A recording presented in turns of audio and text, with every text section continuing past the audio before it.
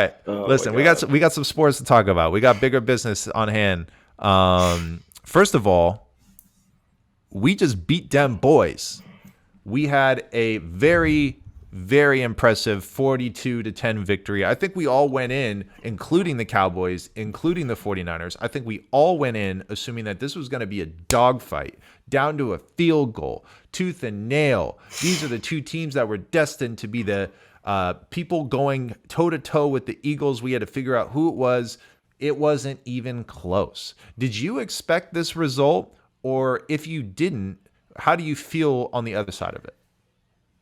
Uh, no, I didn't expect this result. Prior to the game, though, the tailgate, you could feel it in the building. You were like, hold on, there's something different here. I've been to several 49er games at Levi Stadium. I've never seen a tailgate like that in the 10 years it's been open. I've That's right. never You seen a were at the tailgate like that. what? So you were at the game. If people may Yeah, not I know was this, you there. were at the game. Talk to me. What was that experience like? You were just about to go into it. I just want to let people know you were there. Yeah, no, I was there. Shout out to David Lechty. Excuse me, I always get his last name wrong. He Friend of hooked the it up with some show. tickets. Friend of the show. He hooked it up with some tickets. Me and a buddy of mine who's a Cowboy fan. I love the guy, John. Shout out to John Cornell, a good friend of mine. He is the biggest shit talker I've ever met in my life. And now he's 0-3 against your boy. But prior to the game, we're walking around the tailgate. I'm like, yo, this is not normal. It's never been this packed. I've never seen it that packed, that loud, that rowdy. And then walking into the stadium, you can you could feel when your team's about to do something. And I was like, I kept telling the guys that I was with, I was like, yo, this is a Kittle game. I kept saying it. I wish Mm-hmm. they were here and they can validate this, but they were like, what the fuck you talking about, dude? Like, he hasn't scored a touchdown all year. I'm like, this is a Kittle game. I'm Mm-hmm. sorry. They're going to fucking chase McCaffrey all over the place. Wherever he goes, they're going to try to find a way to contain him. And then Kittle's going to be open and it's going to happen. And then boom, first touchdown. And then the second one. And then, the third one. It was all Kittle. But the energy in the building was insane, dude. Like, I've been to a couple games in Levi's. I went to that shitty Colts game where it rained all the Oh entire yeah. time. I went to the 2019 Atlanta game. I went to a Monday Night Football game versus the Rams where we beat them 28-0. I've been to several games, and this one just felt different. The flyover, the way the team was just hopping around. You could tell they're standing on business, like our boy Mm-hmm. Drewski says. But you walk in, and I'm like, I told my boy John, because me and him were talking all week. He's talking shit. I'm just more realistic about it. Man, it's probably be like a 24-17, real close game. Keep it under 40, 44. Because the spread was, I think the over-under was like 44 and a half. I thought it was going to stay under 44.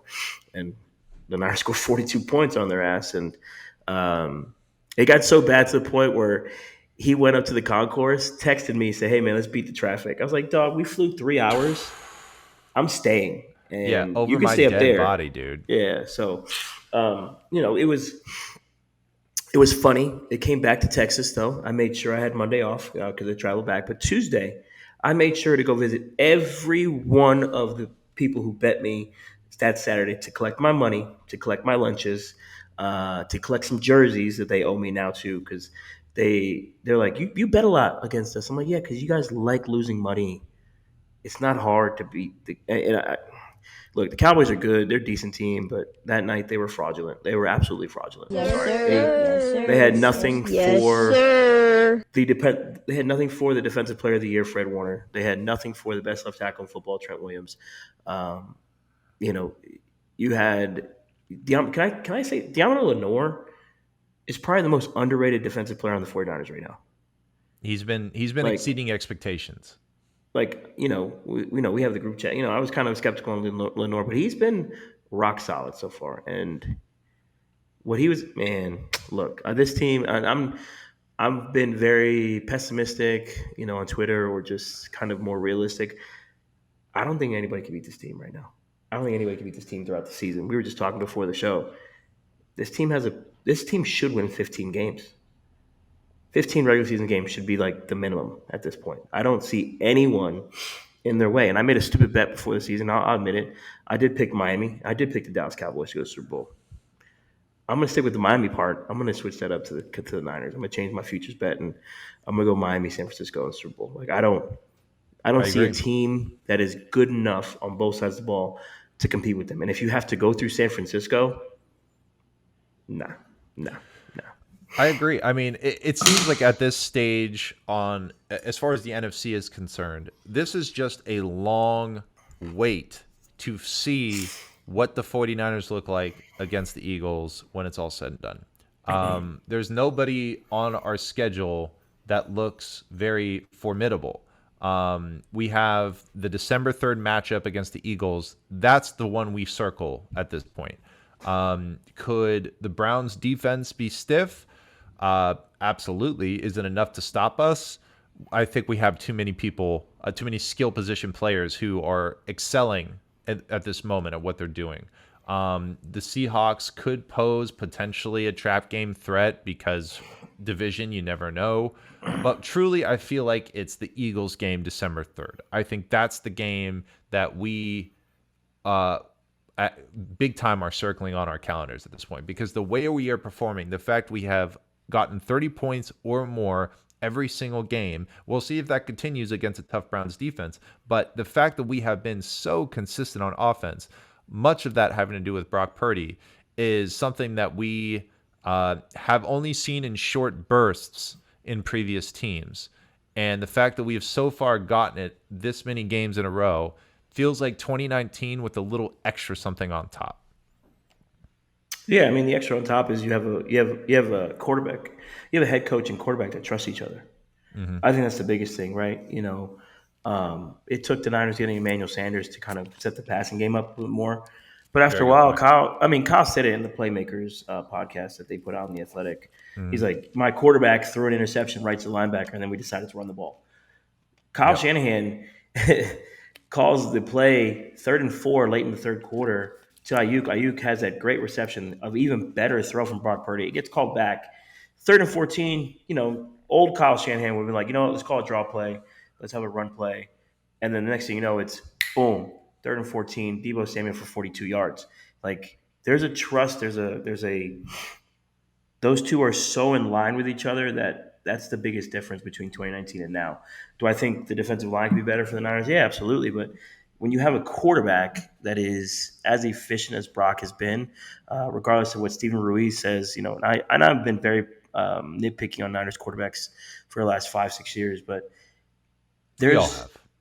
I mean, at the end of the day, like I don't give a shit what some of these PFF stats say. Like, what does the eye test tell you? The eye test tell me this kid does everything Kyle asks him and more when the play breaks down. That was the biggest play to me.